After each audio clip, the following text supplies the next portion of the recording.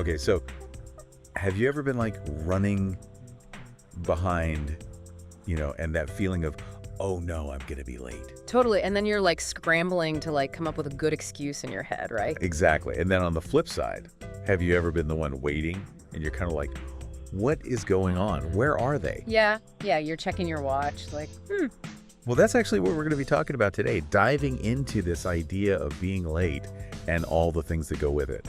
And this is really cool because we have this lesson. Someone shared a lesson that's designed for people learning English as a second language. Yeah. And it's all about how to talk about being late. Right. So we're going to look at the vocabulary, Yep. the kind of excuses people give, and then even like the cultural differences in Yeah. how people see time, because that's a big factor too. It is. And it's something you don't always think about until you're in a situation where those differences become super apparent. Totally. So by the end of this deep dive, the goal is you'll not only know some new phrases for talking about being late in English, but also get why someone might be late from different cultural perspectives. Yeah, and hopefully you'll feel more confident, dealing with these kind of situations, whether you're getting ready for a meeting or just trying to figure out why your friend is always running behind. All right, so to kick things off, this lesson starts with a scenario, and I think a lot of people can relate to this. So picture this. You're a boss. You're waiting for a meeting to start, and things are already a bit off because your assistant tells you Joe's tied up with the client. Classic Joe. And then, boom, the late arrivals start calling in. So the first person's like, oh, huge traffic jam on the highway. Can't make it. Uh-oh. And then a little bit later, Jess calls, and she's got a similar story, but even worse, she says there was a huge pileup on the highway. Traffic is backed up for miles. Oh, wow. Then Scott calls. He's like, hey, I'm running late.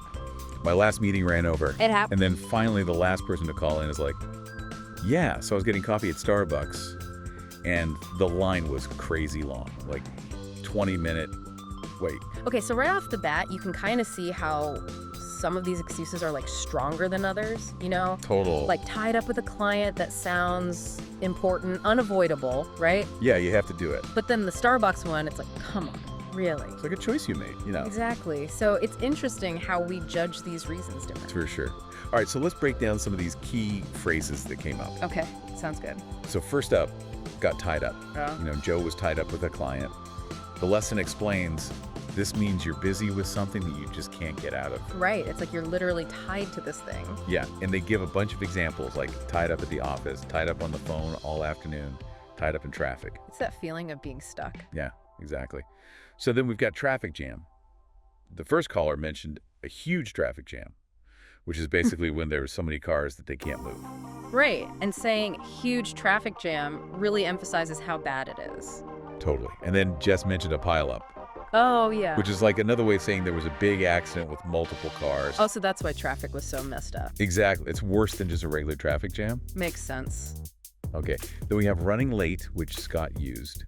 This was pretty common, I feel like. Oh, yeah, all the time. Just means, you're going to be late. Yeah, and the lesson gives these examples like Jane is running late, traffic is really bad, so I'm running late. I'm running a bit late, so please start without me. Right. It's a very simple way to let people know. Yep, straight to the point. And then finally, Scott's meeting ran over, meaning it went longer than planned. Which happens all the time, let's be honest. Oh, yeah. And you can use it for appointments, too, like the doctor's appointment ran over. So now we've got a good handle on the basics of why someone might be late. Right, and the lesson actually has a whole section called Fluency Builder, where they give you more phrases for talking about this. Oh, cool, let's hear it. So first up is in a sec. Remember these assistants said Joe would be there in a sec? Yeah. But as they point out, sec is short for second, and nobody actually means they'll be there in 1 second. No, it's more like in a minute or two, right? Right, it's like a little exaggeration. It's how we talk, Exactly. Then there's stuck in traffic, which the boss used when asking about Jess. It basically means you're stuck in a traffic jam, you can't move your car. Like, I got stuck in traffic on the way here. Classic. And then to really emphasize how bad the traffic is, Yeah. Jess said it was backed up for miles. Oh, wow. So you can just imagine this long line of cars not moving. Right, and it usually happens because of something major like an accident or, that pileup we talked about. Right. So all these phrases are super helpful for explaining why you're late or understanding why someone else is. But now we're going to get to the really interesting part, which is how different cultures view this whole idea of being on time. Ooh, this is the good stuff. I know, right?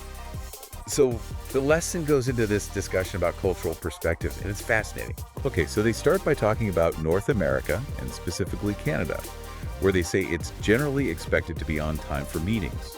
Right, so if a meeting's at 9.0, you're supposed to start at 9.0. Exactly. But then for social things like dinner at 6:00, they say it's okay to be a few minutes late. Interesting. So there's a bit of flexibility depending on what it is. Yeah, and then they contrast that with Latin America, Okay. where they have this more relaxed approach to time.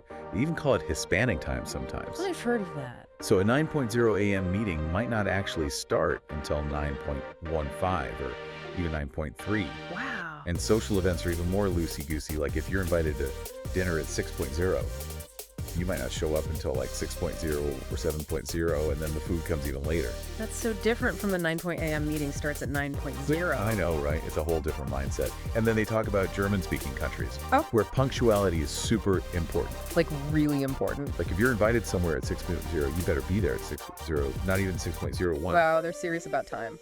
And they even talk about work start times, because in some cultures, you're expected to be at your desk working right when your shift starts. Right. But in other places, it's okay to arrive, get settled in, have some coffee, and then start working. So it's not just about meetings and social events, it's like a whole way of life. Exactly. And this is the big takeaway. Knowing these different cultural norms is so important. It is, because what's considered polite in one culture might be rude in another. Totally. And you don't want to accidentally offend anyone or make a bad impression just because you didn't understand the local customs. Right, so like if you're traveling for work or even just visiting a new place, do your research, learn about how they view time. Okay, so let's do a quick recap of the vocabulary we covered. Okay. We talked about got tied up for those unavoidable situations, traffic Yeah. jam, and pile up for when the cars aren't moving, Yep. running late, and ran over for personal delays, and then in a sec, for very soon, stuck in traffic and backed up for miles to describe those super long traffic jams. Awesome. And I think the most important thing we learned from this lesson is that there's no one right way to think about being on time. Exactly.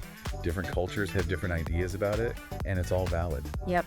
Being aware of those differences can really help you communicate better and avoid misunderstandings. Absolutely. So this whole conversation got me thinking about how my own background and experiences affect how I view time. Right. And I bet it's different for everyone listening too. Yeah, like think about it. Are there certain situations where being late has a different meaning for you? Like if you're meeting friends for a casual dinner, it's probably not a big deal to be a few minutes late. But if you're going to a job interview, you definitely don't want to be late. Exactly. And then there's that whole thing about being fashionably late to certain types of parties. Oh, yeah, like you don't want to be the first one there. Right. So it's all about context and cultural norms. And I wonder how technology is changing things too, with everyone being so connected these days. That's a good point. Like, are we becoming more similar in our views of time? Or are those cultural differences still really strong? Something to think about for sure. Well, this has been a really interesting deep dive. I'm glad we got to explore this topic together. Me too. It just goes to show that even something as simple as being late can teach us a lot about different cultures and how we communicate. Absolutely. So next time you're running behind or waiting for someone who is King Dai, remember that there might be more to the story than meets the eye. Think about those cultural perspectives. And maybe you'll have a little more patience and understanding. For sure. Thanks for joining us for this deep dive into the world of lateness and all its complexities. It's been fun. See you next time.